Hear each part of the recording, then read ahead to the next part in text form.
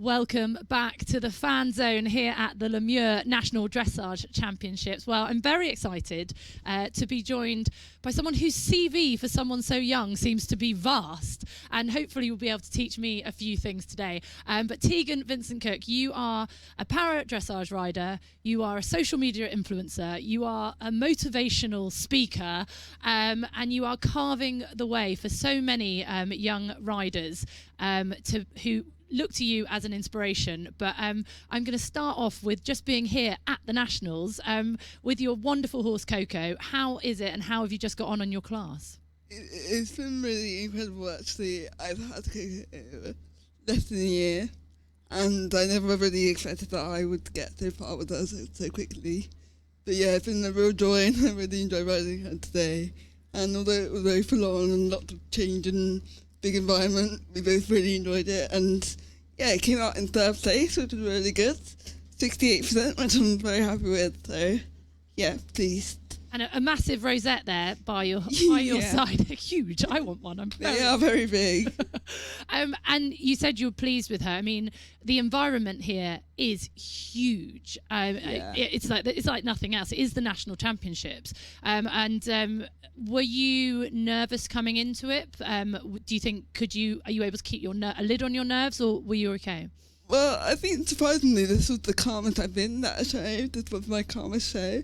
I think having a very calm team around me kind of helps, and even though there was a lot of chaos in the warm-up and everything going on, I was able to just kind of breathe and keep my calm and actually enjoy the show. So yeah, I'm quite happy that I was able to enjoy it. That's amazing. That's actually a really good point, having a calm team around you, and it's something you say to me a lot, isn't it? The team around you, Bobby, that's so important. It's incredibly important. You know, it's not just you and your horse, is it? It takes a lot of people to help you. So I think you've got to trust them. You've got to feel calm with them as well. It doesn't help if they're being hysterical when you're the one does it? So I think it's really important. So when we talk about the team, obviously the main team for you is your lovely horse, Coco. Tell us about him. Well, Coco, I got her less than a year ago. She's a Tricana. She's 14. She was an ex-eventer, but it wasn't really her thing. So I tried her last year, and yeah, she was like amazing. I fell in love on the first ride, and yeah, had her not long after. And what's your journey now going forward with her? Our next task is we'd like to do an international, which we're going to do at Kiso. So yeah, I'm really excited for that one. And I think you're the first person that I've ever interviewed that has their own Netflix show, by the way. Massive tick on the CV. And on that show, we saw your journey to getting Coco, and I think it was your mum, who I can see over there. Hi, Mum. You've looked at horses, but there was something about Coco that your eyes, the smile, your whole demeanour changed. Can you put into words what it was about her when you met her that you knew she was your dancing partner? The best way to describe it is, I don't want to say like falling in love, but it kind of felt like that. Like, I sat on her and she knew exactly what she had to do. She's very calm. The first time I tried it, I hacked her. And yeah, she took me on a lovely hack with Phil in fields and with the other horses around. She was so calm and knew her job. And I just felt like that was the right partnership for me. I think it's really interesting when you talk about that, because a lot of people that would like to ride at this level and do these type of shows don't quite necessarily have that understanding of it's a friendship with your horse, isn't it? And it's incredibly important for you as well, isn't it, to make sure that she's safe and she's right for you? Yeah, exactly. I mean, I call her my daughter, even though she feels like my daughter. So yeah, she's very close to me. I think we'd have to get your mum on stage in a bit just to find out how the comparison is, like who's better behaved, Coco as a granddaughter or as you as a daughter.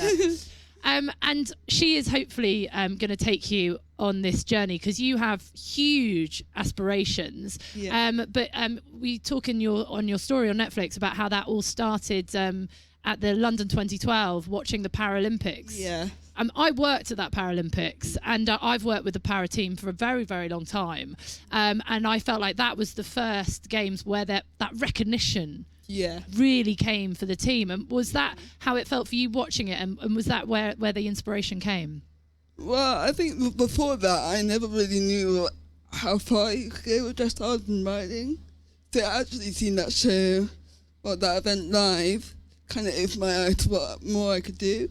And then to see everyone do that very well and the success, it kind of made me want to get there myself. So yeah, that was my biggest kind of inspiration to move forward in dressage.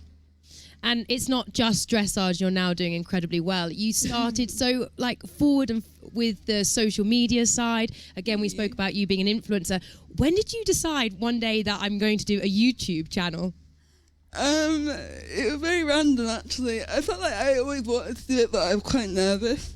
And then I went on holiday one year and I met a YouTuber on holiday. And she told me to just go for it and just post one video and see how it does and just keep going. So I got home, recorded the video, posted it. And then, that was kind of the start of my YouTube career. And do you feel that obviously you're inspiring so many people, you're absolutely incredible with everything you're doing, but do you find as well doing all the YouTube channels helps with your confidence as well, knowing that you're helping people? I think so, yeah. I really enjoy answering people's questions, and a lot of people are just curious to how I go about my day and how I live my life. And I'm very happy to answer questions, and YouTube videos are a good avenue to answer questions in a fun way for me. So yeah, I really enjoy kind of putting it out there in a different way. And let's talk about TikTok, Tegan, because I've got one TikTok video, a dance I did during lockdown. That was the end of my TikTok career. Are you even on TikTok? No, Bobby? because I don't know. After watching your TikTok video, the experience, I was like, it's best not. But you have millions of likes, millions. I mean, unbelievable. But it's not just horses, is it, that people follow you for it? And you seem to, you're putting your life out there as well.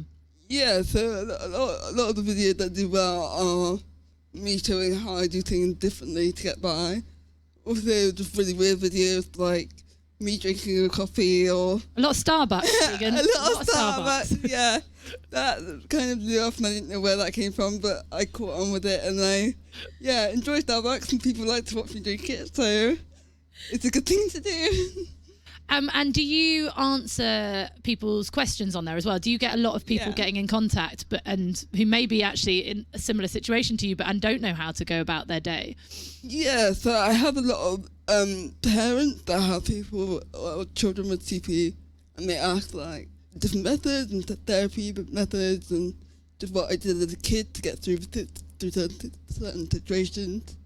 And I kind of just help answer questions through my life experience, and Mum also gets involved and will give her advice. So that's mainly what I use it for, really, is to give advice to others. And you are also a motivational speaker, so you're well versed at holding a microphone. How did that come about, and was that not utterly terrifying? It's very terrifying. I still get nervous doing it sometimes, but you kind of get used to it a little bit. But I started mainly when I was in secondary school. I did assembly on my disability and who I am and for others to get to know me. And that's where it kind of started. And then I ended up doing another speech at a big event, and then that tumbled into a TED Talk a few years later. And I just really enjoy talking and telling my stories. So it's something that I really enjoy doing. And you can really see that. I think a lot of people, would thank you very much for that and being so honest and sharing your life with people. It will really help. But, let's get back to today. Again, first nationals, incredible for you. Yeah. Is there anything from your ride today that you're going to take away from today that you want to improve? Oh, yeah, definitely. I feel like with dressage, there's always something to improve on. I think the more I get out, the more confident I get, and the easier things get. They just, learning to ride in the ring with the environment and kind of not getting distracted by myself and staying focused. And yeah, but I'm quite happy today because it was a very calm and accurate ride, which is what I wanted. So yeah, quite pleased. And I saw on one of your Instagram posts, there's a picture of Coco from when you got her and a picture to now. But she's developing so much just in strength, isn't she? She looks amazing. Thank you very much. Well, my team have done incredible with her. And yeah, she's really put on condition and a lot of muscle. I can feel every week she's getting stronger and she's able to give a bit more. And it's showing in our squad as well, which is really good. So yeah, the stronger she gets, the higher scores we'll get, hopefully. And is she able to cope? You said there was loose horses in the warm-up, which my horse definitely does not cope with. I'm guessing when you're aiming at things like Paris 2012 and 2024, sorry, God, I'm going back to trying to take years off me again. There we go. And obviously future Para Games. That, for anyone watching, if she can deal with something like that, I mean, that in your head mentally must be like, right, I went through that tick. She's awesome. Yeah. Well, I think the first show where I saw it was we were at Wellington, and I think I was quite nervous because it was quite a big environment and there was statues and lots of flowers and everything. And I thought, she's definitely going to speak at something. But she walked in there happily and didn't bat an eyelid, and I was like, okay, like I can actually breathe and know that she's going to be fine. And even today with the two new horses, she just stopped and had a look and that was it. So yeah, she's very trusting and yeah, great. I love her very much. And just one last question, because obviously I know that we're taking your time and you've had a really busy morning already. But so obviously, you know, you've got Paris, you've got that in your sight, you're looking at that, you're aiming for that. How are you going forward with your planning with you and your team to try and achieve that goal? We definitely have our plans for the year of this end of the year and the year ahead. Obviously, things can change, so we have other plans as well. And I'm also in my last year of uni, so I kind of have to also prioritise that a little bit. So we're taking it kind of month by month, but we have our goals, and the international is our next goal. And then, yeah, have a little break over the winter before starting next year again. And through your social media and your speaking, you are making a change. Can you, and we can see it, can you feel it? Do you have people coming up to you?